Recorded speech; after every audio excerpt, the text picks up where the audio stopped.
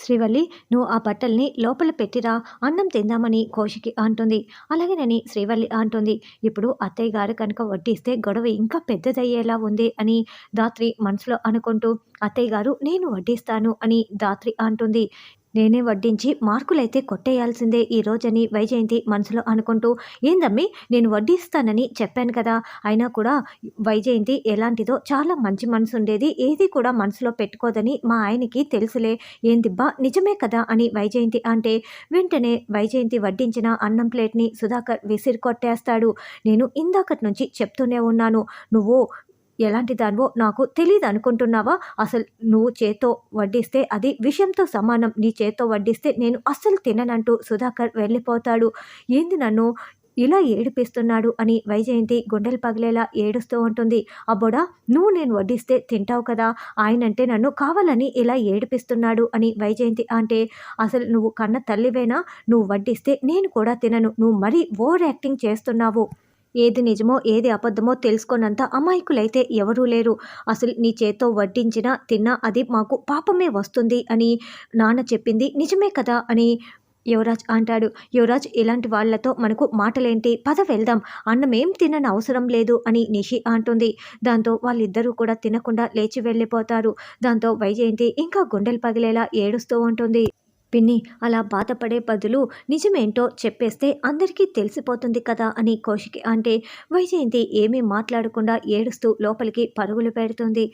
పిన్ని చాలా బాధపడుతోంది, చూడలేకపోతున్నాను అని కేదార్ అంటే, ఇప్పుడు ఆవిడ ఇలా బాధపడితేనే నిజాలు అంత త్వరగా బయటికి వస్తాయి కేదార్ అని కౌశికి అంటుంది. అవును, బాధపడినా పర్వాలేదు, నిజాలైతే త్వరగా బయటికి రావాలి, ఒకరు కష్టపడినా నిజాలైతే బయటికి రావాలి కదా అని కౌశికి కూడా అంటుంది. సరే జగదాత్రి, నేను వెళ్ళి బాబాయిని భోజనానికి రమ్మని తీసుకువస్తాను అని కౌశికి వెళ్తుంది.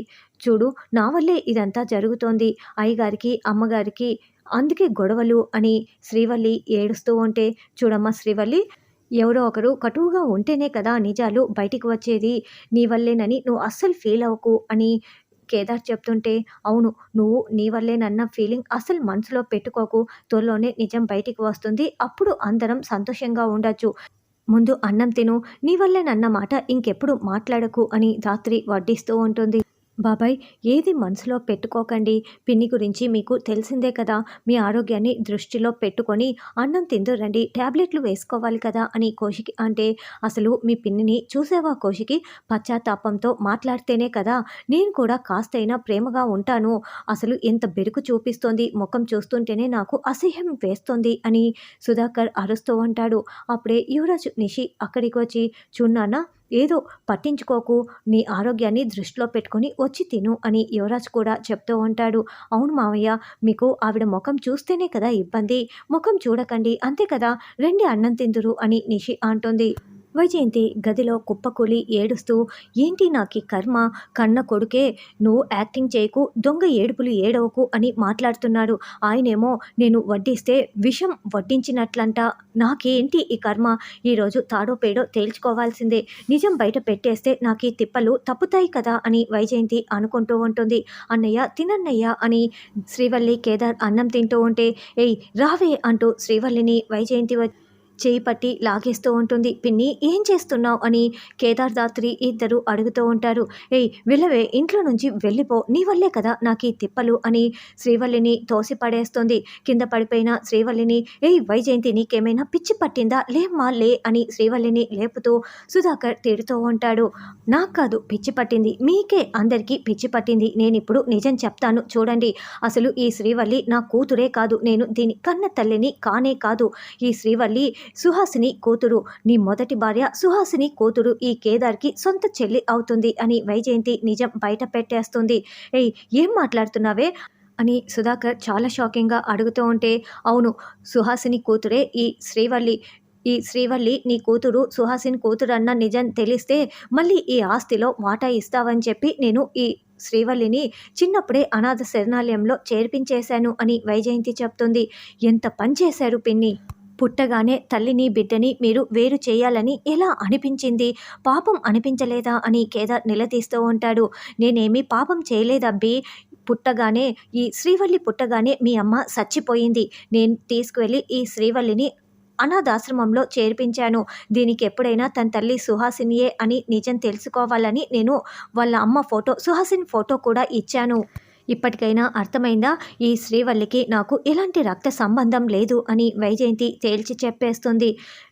థ్యాంక్స్ పిన్ని. ఇప్పటికైనా మీ రాక్షసత్వాన్ని బయట పెట్టేసి శ్రీవల్లి నా రక్త సంబంధమే అన్న నిజం బయట పెట్టినందుకు, శ్రీవల్లి నా చెల్లెని తెలిసినందుకు నాకు చాలా ఆనందంగా ఉంది. అమ్మ శ్రీవల్లి అంటూ కేదార్ శ్రీవల్లిని హక్ చేసుకుంటాడు.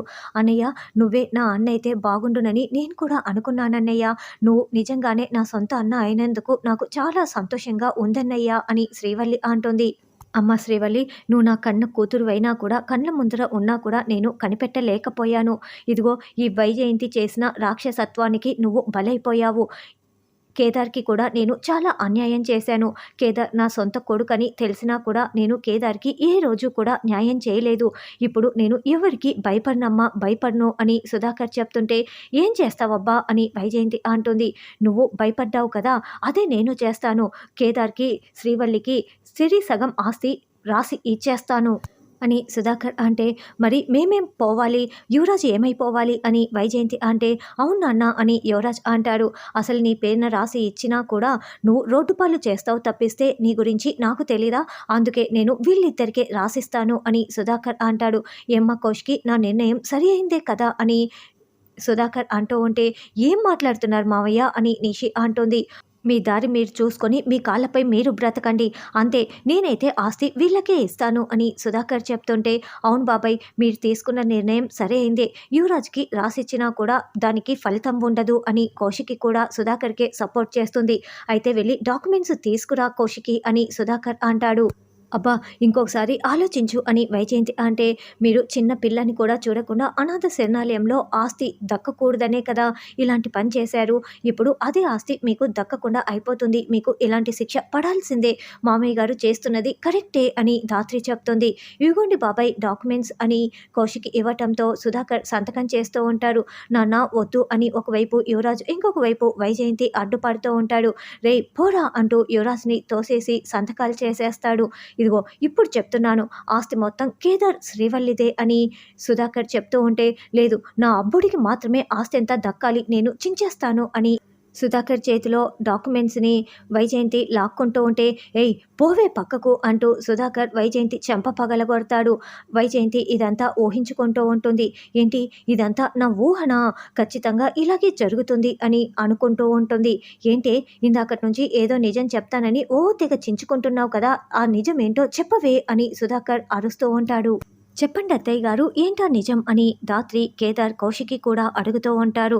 ఎంత బాధైనా సరే ఈ నిజాన్ని నా గుండెల్లోనే భూస్థాపితం చేయాలి అని వైజయంతి మనసులో అనుకుంటూ, ఈయన అన్నం తినలేదు కదా, కనీసం శ్రీవల్లి వడ్డిస్తేనైనా తింటాడని నేను చెప్దాం అనుకుంటున్నాను. ఆయన అన్నం తినకపోతే నాకు చాలా బాధగా ఉంది. ఇదే చెప్పాలనుకున్న నిజం అని వైజయంతి కవర్ చేస్తుంది. ఛీ, నీ ముఖం చూస్తుంటేనే అసహ్యంగా ఉందే, ముందు ఇక్కడి నుంచి వెళ్ళవే అని సుధాకర్ అంటాడు. అయినా కూడా వైజయంతి వెళ్లకుండా అక్కడే నిల్చొని ఉంటుంది.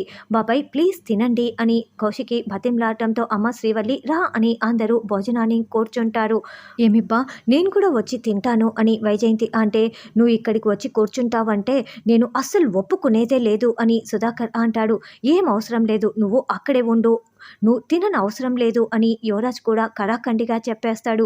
యువరాజ్ ఏం మాట్లాడుతున్నావు అని కౌశిక్ అంటే, అవునక్క, మళ్ళీ తను వచ్చి ఇక్కడ కూర్చొని తినిందనుకో నాన్న తినకుండా వెళ్ళిపోతాడు, కాబట్టి తను అక్కడే కరెక్ట్ అని యువరాజ్ అంటే, పోనీ నేను ఆకలికి తట్టుకోలేను, అదిగో ఆ మూలలో కూర్చొని తింటాను అని వైజయంతి ఏడుస్తూ వేడుకుంటూ ఉంటుంది. సరే అత్తయ్య గారు, నేను వడ్డిస్తాను అని మామయ్య గారు ప్లీజ్, ఆకలికి తట్టుకోలేనని చెప్తోంది కదా, ఎవరు ఆకలితో అలమటించకూడదు కదా అని ధాత్రి నచ్చ చెప్తూ ప్లేట్లో భోజనం పెట్టుకుంటూ ఉంటుంది.